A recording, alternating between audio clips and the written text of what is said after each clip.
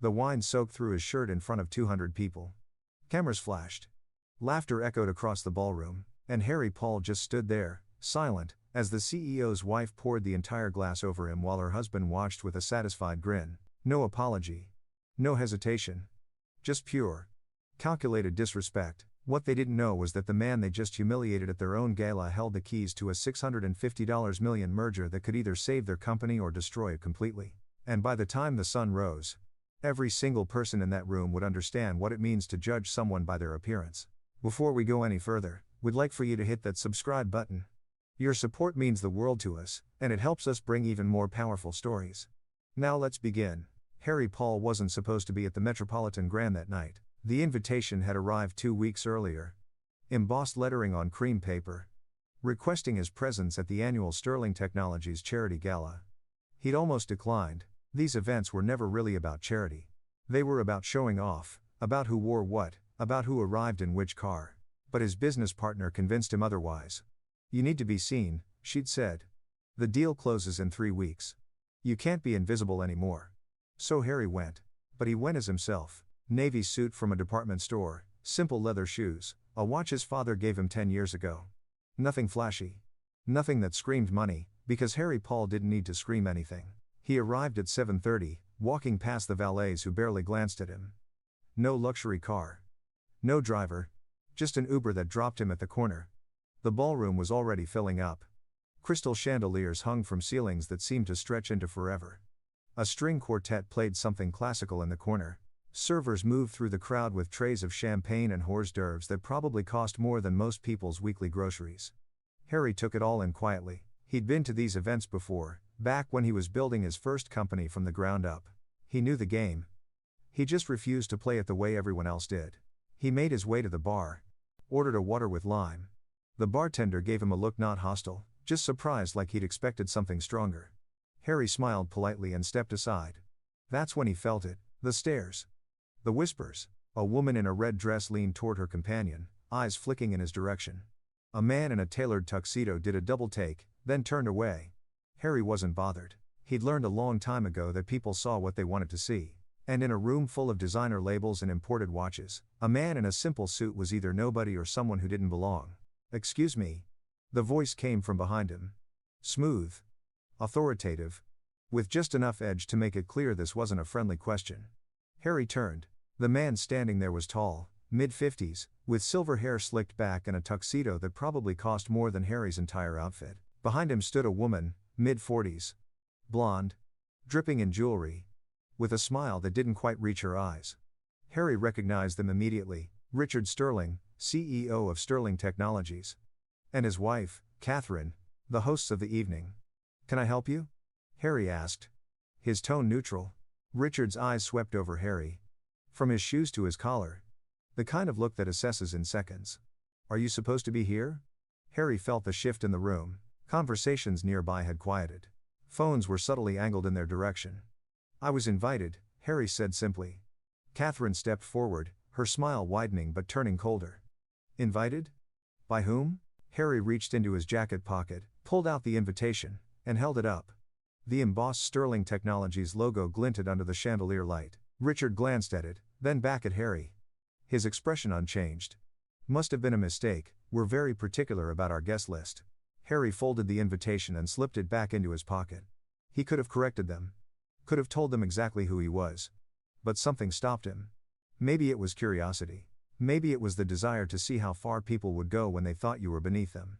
"I'll stay out of your way," Harry said, his voice calm. Catherine's smile didn't waver. "That would be best." She turned to a server passing by, plucked a glass of red wine from the tray, and held it toward Harry. "Here, since you're here, you might as well make yourself useful. Take this to table 14. The room seemed to hold its breath. Harry looked at the glass, then at Catherine, then at Richard, who was watching with barely concealed amusement. He could feel the phones recording now. The eyes of 200 people locked on this moment. Harry reached out slowly, as if he might actually take the glass. Catherine's smile grew triumphant. Then he stopped. "I'm good, thanks." Catherine's expression darkened. "Excuse me?" "I said I'm good." Richard stepped closer, his voice dropping. "Sir, I don't know who you think you are, but you're clearly not understanding the situation here." Harry met his gaze. Calm. Unflinching. I understand perfectly. That's when Catherine tilted her hand. The wine poured out, cascading down Harry's shirt, soaking through the fabric, dripping onto the polished marble floor. Gasps rippled through the crowd. Phones lifted higher. Flashes of light. The string quartet stopped playing. For a moment, the entire ballroom froze. Harry stood there, wine staining his chest, his face completely neutral. He didn't flinch, didn't shout, didn't even blink. He reached up slowly, brushed a drop of wine off his collar, and looked at Catherine. Then at Richard. Then, at the crowd of people watching, some with their mouths open, others barely suppressing laughter. And then Harry did something no one expected. He smiled. Not a bitter smile. Not an angry one. Just a small, knowing smile. Like he'd just confirmed something he already suspected. He turned, walked toward the exit, his footsteps echoing in the silent ballroom. No one stopped him. No one apologized. They just watched, and as the heavy doors closed behind him, the whispers started again. Who was that? Did you see his face? Why didn't he fight back? Harry stood in the hallway, alone, the faint sound of the gala resuming behind him. He pulled out his phone, opened his contacts, and pressed a name. The call connected after one ring. It's me, Harry said, his voice steady. Pull the deal. All of it. There was a pause on the other end. Harry, are you sure? We're 3 weeks from closing. I'm sure. Lock every channel. Notify the board. Announce it tonight. Another pause. What happened? Harry looked down at his wine-stained shirt, then at the doors leading back to the ballroom. Just do it. He ended the call and walked toward the elevator. By the time Harry reached the lobby, his phone was buzzing. Messages. Emails. Alerts. He ignored them all. Let them figure it out. He stepped outside into the cool night air, the sounds of the city washing over him, cars honking, people talking, life continuing as it always did. He thought about his father, who used to say, "Character is what you do when no one is watching." Turns out, character is also what you do when everyone is watching. And they think you're nobody. Harry pulled out his phone again and sent one more message. To his legal team. To his board of directors. To everyone who needed to know. Effective immediately, all negotiations with Sterling Technologies are terminated. No exceptions. No second chances. No second chances. If this part makes sense, drop a comment with "I'm still here." Let's see who's really watching this far. Inside the ballroom, the gala continued. Music played. People drank. Conversations flowed. Richard and Catherine Sterling moved through the crowd, accepting congratulations on another successful event, brushing off the earlier incident as if it were nothing. But around 8:45, something changed. It started with a phone. Then another. Then another. Executives began checking their screens, their faces shifting from relaxed to confused to alarmed. Whispers spread faster than the champagne. Richard's assistant appeared at his elbow, her face pale. "Sir, we need to talk, now." Richard excused himself from a conversation with a board member and followed her to a quiet corner. "What is it?" She held up her tablet, hands shaking slightly. "Hayes Capital just pulled the merger." Richard blinked. "What?" "The entire deal. All $650 million. Gone. They sent notice to the board 20 minutes ago. It's official." Richard's mind raced. Hayes Capital. The private equity firm had been negotiating with Sterling Technologies for the past 6 months. The deal was supposed to save their company from the downturn they'd been experiencing all year. The deal was supposed to make Richard look like a genius for orchestrating it. That's impossible. We're 3 weeks from closing. Everything's signed. His assistant shook her head. Everything's preliminary. They had exit clauses. They exercised all of them. Richard grabbed the tablet, scrolling through the notification. The language was cold, professional, and final. No room for negotiation. No explanation. Just a clean severance. Who authorized this? He demanded. Who at Hayes Capital would make this call without warning? His assistant hesitated. The CEO. Harry Paul. The name landed like a punch. Richard's face went slack. Harry Paul. Yes, sir. He founded the company 15 years ago. He's been the primary decision maker on this deal from the beginning. Richard turned slowly, scanning the ballroom, looking for the face he'd dismissed less than an hour ago. The man in the simple navy suit. The man who ordered water at the bar. The man his wife poured wine on in front of 200 witnesses. Where is he? Richard's voice was barely above a whisper. He left. Right after. His assistant trailed off, not needing to finish the sentence. Richard pulled out his phone. His hands suddenly unsteady, and opened social media. The first video hit him like a truck. Taken from multiple angles. High definition, crystal clear audio. Catherine pouring wine over Harry Paul. The laughter. The phone's recording. The humiliation. And the caption. Sterling Technologies CEO and wife humiliate guest at charity gala, turns out he's the billionaire funding their company. The video had been posted 18 minutes ago. It already had 50,000 views. Richard clicked on another video. Same scene. Different angle. This one showed Harry's face calm. Composed. Almost serene as the wine soaked his shirt. The comments were brutal. Who treats someone like this? I hope he walks away from whatever deal they had. Rich people thinking they're untouchable. Richard's phone buzzed with incoming calls. Board members. Investors. Partners. All of them wanting answers. Catherine appeared at his side, champagne glass in hand, still smiling. Darling, what's wrong? You look like you've seen a ghost. Richard couldn't speak. He just handed her the tablet. Catherine's smile vanished as she read the notification. Her face went white. This can't be right. It is. Richard's voice was hollow. The man you poured wine on. The man we humiliated. That was Harry Paul. Catherine's champagne glass slipped from her fingers, shattering on the marble floor. Heads turned. The music seemed to falter. By 9:15, the ballroom had transformed.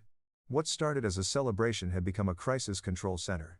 Richard and Catherine were in a back room, surrounded by their executive team, lawyers, and PR consultants, all trying to figure out how to salvage a situation that was rapidly deteriorating. Can we reach him? Richard asked, pacing. Have we tried calling? Multiple times, someone replied. No answer. His office says he's unavailable. Unavailable? We're talking about $650 million. He knows that. Sir. Richard stopped pacing. Then what does he want? The room fell silent. No one had an answer. Because the truth was, Harry Paul didn't want anything. Not anymore. Outside the ballroom, guests were beginning to leave early. The energy had shifted.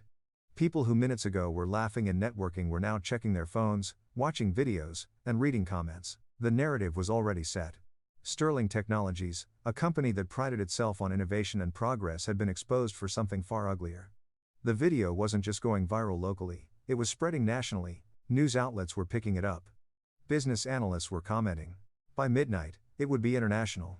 Harry Paul sat in his apartment, a modest two-bedroom in a quiet part of the city that most billionaires wouldn't even consider. He'd changed out of his wine-stained shirt and was now in jeans and a t-shirt, a cup of tea cooling on the table beside him. His phone continued to buzz. But he'd turned off notifications an hour ago. He didn't need to see the messages to know what they said. Apologies. Excuses. Pleas for reconsideration. He'd seen it before. People who spend their lives judging others by their appearance, by their status, by their wealth, suddenly become desperate when they realize they misjudged someone who actually mattered. But Harry wasn't angry. He was just tired. Tired of a world where respect was conditional. Where kindness was optional. Where your worth was measured by what you wore instead of who you were. His phone rang. He glanced at the screen. His business partner. He answered. You saw? Harry asked. Everyone saw. Harry, the board is furious. Sterling Technologies is imploding. Their stock dropped 4 points in after-hours trading. They're asking if we'll reconsider. Harry sipped his tea. No. Harry. I said no. We're done with them. There was a long pause. You know this will make waves, right? Other companies will see this. They'll know you walked away. Good. Maybe they'll think twice before treating people like garbage. His partner sighed. You're making this personal. It was always personal. We were about to merge with a company whose leadership thinks it's okay to humiliate someone in public. What does that say about their culture? About how they treat their employees? About how they make decisions when no one's watching? Another pause. You're right. I know. Harry ended the call and set the phone face down on the table. The next morning, Harry woke to 200 missed calls and over 500 emails. He ignored them all. He made coffee, went for a run, and spent the morning working on a new project. His company had been developing a program to provide funding and mentorship to entrepreneurs from underserved communities. People who didn't have the connections or the pedigree or the right last name. People who, like Harry once did, had to build everything from scratch. Around noon, his assistant called. Harry. They're here. Who? Richard and Catherine Sterling. They're in the lobby. They're asking to see you. Harry closed his laptop. Send them up. 5 minutes later. His doorbell rang. Harry opened the door. Richard and Catherine stood there, looking nothing like they had the night before. No tuxedo. No jewelry. Just two people who'd clearly spent the night scrambling. "Mr. Paul," Richard began, his voice strained. "We need to talk." Harry stepped aside. "Come in." They entered, taking in the modest apartment with barely concealed surprise. This was where a billionaire lived? No mansion? No penthouse? Just a simple, comfortable space with books lining the walls and photos of family on the shelves? Harry gestured to the couch. "Sit." They sat. Harry took the chair across from them. For a moment, no one spoke. Then Catherine broke the silence. "We didn't know who you were." Harry nodded. "I know. We made a mistake," Richard added. "A terrible mistake. And we're here to apologize and to ask if there's any way we can make this right." Harry leaned back in his chair, studying them. "Make it right. What does that look like to you?" Richard leaned forward. "We restore the deal, we'll add better terms. More favorable conditions for Hayes Capital. We'll issue a public apology. We'll do whatever it takes." Harry shook his head slowly. "You still don't get it. Then help us understand," Catherine said, her voice breaking slightly. "Please." Harry met her eyes. "You didn't lose this deal last night. You lost it the moment you decided I wasn't worth basic respect because of how I looked. You built a company on the idea that some people matter more than others. That disrespect has no consequences if the person you're disrespecting isn't someone important." He paused. "But everyone is important. Everyone deserves dignity. And the fact that you only care now because you found out who I am tells me everything I need to know about who you are." Richard's face fell. "So there's nothing we can do?" "There's plenty you can do.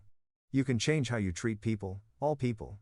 Not just the ones who can help you or hurt you. You can rebuild your company's culture from the ground up. You can become the kind of leaders who deserve success." Harry stood. "But you won't do it with my money, and you won't do it with my company's partnership. That's done." Catherine stood too, tears in her eyes. "We're going to lose everything." Harry walked to the door and opened it. "Maybe. Or maybe you'll learn something. Either way, it's not my problem anymore." They left without another word. Harry closed the door and stood there for a moment, listening to their footsteps fade down the hallway. His phone buzzed.